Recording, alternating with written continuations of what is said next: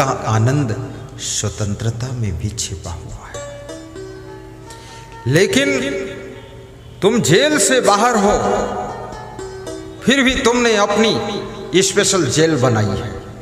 और एक जेल नहीं, एक एक आदमी ने 10-10, 20-20 जेल तैयार किया। कोई बीड़ी की जेल में बंद है, कोई सिगरेट की जेल में बंद है, कोई शराब की जेल में बंद है, तो कोई बुरी आदतों की जेल में बंद है, कोई व्यभिचार, अनाचार, दुराचार, भ्रष्टाचार की जेल में बंद है।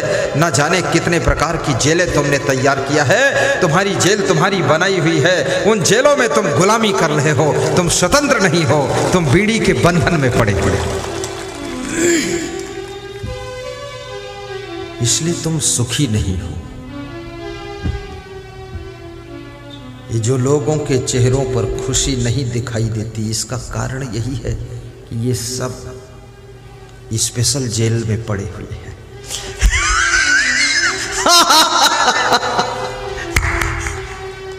बहुत बड़ी माया मोह की जेल है। कितने माँ बाप कहते हैं क्या करें, बेटे बहू के तांडव की वजह से घर में रहने की इच्छा नहीं है, लेकिन अब माया मोह की जेल में फंसे हैं तो पड़े हैं, क्या करें। माया मोह की जेल, आदतों की जेल,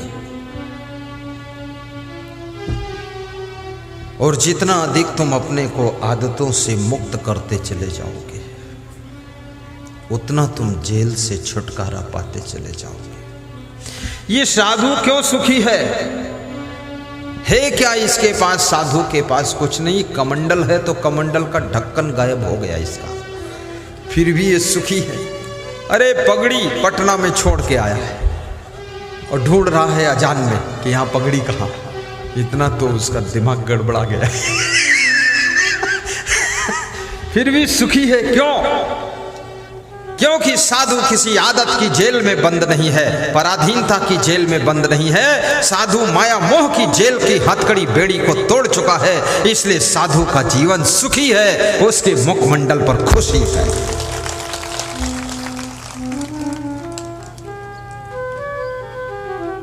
तुम क्यों आए हो गुरु के पास? इसीलिए आए हो कि हे गुरुदेव, कुछ मेरी भी हथकड़ी बेड़ी काट दो आप। तो मुझे हंसी आती है, हथकड़ी बेड़ी तुमने ही स्पेशल तैयार करके अपने को बांधा है, हमसे कटवाने आए। मैं एक हाथ बड़ी बेड़ी काट दूंगा, तुम दूसरी तैयार करके बांध लोगे, तो मैं क्या करूंगा? क्योंकि तुम नए नए बंधन बनाने में कलाकार हो। गुरु कहां तक काटेगा बंधन? हम बीड़ी छुड़ाते हैं तो तुम सिगरेट के बंधन में पड़ जाते हो, हम सिगरेट छुड़ा पाते हैं तो तुम शराब की जेल में फंस जाते हैं। एक पत्नी शादी किया था, 4 और पत्नी है डुप्लीकेट कहीं से, उसमें भी फंसे हुए हो। एक जेल तो झेल नहीं पा रहे हो, 4 जेलें और बनाया।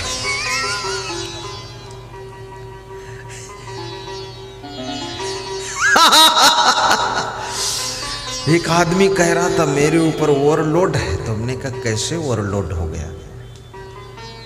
तो बोला एक से विवाह किया, दूसरी से प्रेम किया, तीसरी से प्यार किया, चौथी से लफड़ा किया।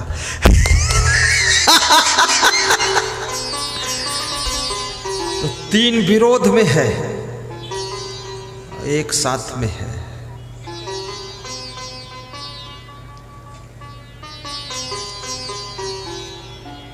व्यभिचार की जेल में भी मत फंसो।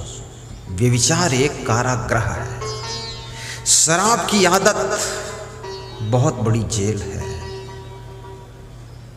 और शराब की आदत में यदि फंस गए अब छूटना मुश्किल है। कैसे छूटोगे? क्योंकि फिर शराबी तुम्हारे दोस्त बनते हैं और शराबियों की टीम इकट्ठी होती है, शराबियों की जमात तुम्हारे साथ है और शराबियों का तुम नेतृत्व करते हो। इस दुनिया के अंदर कोई भी तुम कार्य करो, तुम्हारी जमात बन जाती है, तुम्हारी पार्टी बन जाती है, टीम बन जाती है। अभी तुम नई पार्टी बना दो बिहार में, उस पार्टी का नाम रख दो कि भारतीय मूर्ख पार्टी। देखो कितने मूर्ख उसमें शामिल हो जाए। मूर्ख पार्टी, भारतीय मूर्ख पार्टी। कोई पार्टी बना दो, चोर बन जाओ, 20 चोर तुम्हारे साथ तैयार हो जाएंगे, जमात बन गई। ताश खेलने के लिए बैठ जाओ, 10 मूर्ख ताश खेलने के लिए तुम्हारी जमात में शामिल हो जाएंगे।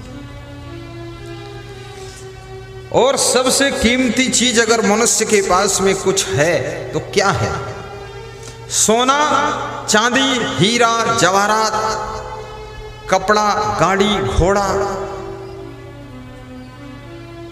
ये सबसे कीमती है? नहीं। सबसे कीमती जो है उसको तुम रोज व्यर्थ गंवाते हो, रोज गंवाते हो। सबसे कीमती और सबसे जरूरी और सबसे अमूल्य चीज यदि कोई तुम्हारे पास में है तो वो टाइम है, वो समय है, वक्त है, अवसर है, चांस है। उसको तुम खोते चले जाते हो। कहीं ताश खेलने में समय खोते हो, कहीं शराब के नशे में समय खोते हो, कहीं दुष्टों की संगत में समय खोते हो, कहीं आलस्य में समय खोते हो, कहीं ज्यादा सोने में समय खोते हो और कहीं ज्यादा देर नहाने में समय खोते हो। समय तुम्हारा खो जाता है, 24 घंटे गुजर जाते हैं और तुम जहां के तहां खड़े रह जाते हो, कुछ कर नहीं पाते। अपनी सोई हुई चेतना को जागृत करो। तुम इस धरती के श्रृंगार हो, तुम इस धरती के देवी देवता हो, तुम इस धराधाम के उपहार हो, तुम इस भारत देश के होनहार लाल हो, इस हिंदुस्तान की शोभा। तुम साधारण नहीं हो। हर बेटी राधा है, हर बालक कान्हा है, कन्हैया है, कृष्ण भगवान है। समय का सदुपयोग करिए। और कबीर साहब कहते हैं कि माया मोह कठिन संसार। ये माया मोह बड़ा कठिन है। ये माया मोह ऐसे छूटता नहीं है। तुम गुस्सा में कह सकते हो मैं छोड़कर चला जाऊंगा, पर जा नहीं पाऊंगा। और यदि चले भी गए तो फिर मधुबनी में बैठकर रोओगे कि हाय मेरा बेटा, वहां रोओगे। हमारे पास में कितने लोग सब झटके से छोड़कर साधु बनने आते हैं। मैं उनसे जब बात करता हूं, मैंने कहा पत्नी है? बोले है। माँ बाप है? बोले है। बेटा बेटी है? बोले है। तो हमने कहा तुम तो चले आए हो, वही लोग तुमको याद करके रोते होंगे, क्या तुम्हारे मन में कुछ लगता नहीं है? तो वो भी रोने लग जाता है, आंसू झरझर गिरते हैं। तो हमने कहा वापस चले जाओ। तो बोलता किराया दे दो चला जाऊंगा। ये माया मोह अंदर से पकड़े रहता है। ये ऐसे आसानी से छूटने वाला नहीं।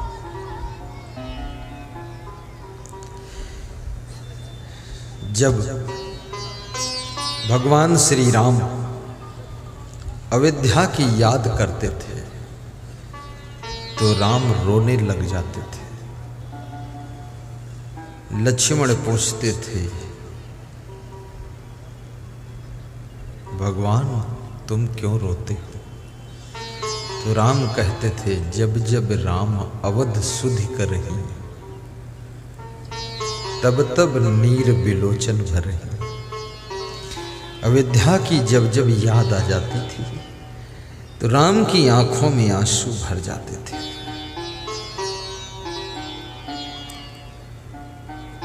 और रामायण कहती है कि मोह सकल व्याधिन कर मूला, चेहिते पुण्य उपजय बहुत सूला। मोह समस्त दुखों की जड़ है, जिससे नाना प्रकार के कष्ट पैदा होते हैं। मोह जेल है, लोभ भी जेल है, क्रोध भी जेल है, अहंकार बहुत बड़ी जेल है, सेंट्रल जेल है। आदमी कितना अज्ञानी है, गाड़ी अपने चलने के लिए खरीदता है, अहंकार पड़ोसियों को दिखाता है, गर्दन ऐंठ के चलता है, क्या समझ रखा है 50 लाख की गाड़ी है, तो क्या पड़ोसियों के लिए है? नहीं, हमारे लिए है, अपने लिए, खुद के लिए। तो ऐंठ पड़ोसियों को क्यों दिखाते हो? गाड़ी है इसलिए ऐंठ दिखाता, तो पड़ोसियों से क्या लेना देना है? जितना बड़ा ज्ञान होगा उतना बड़ा अभिमान होगा, और अज्ञान जब मर जाएगा अभिमान अपने आप उड़ जाएगा, उड़ जाएगा, उड़ जाएगा। अज्ञान अभिमान को जन्म देता है। जब ज्ञान हो जाता है,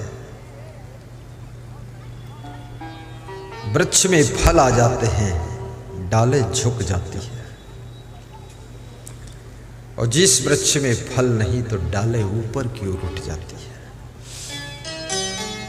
जिसमें ज्ञान आ गया वो झुकने लग जाता है, नम्रता आ जाती है। जिसमें ज्ञान नहीं है, अरे अकड़ के चलता है।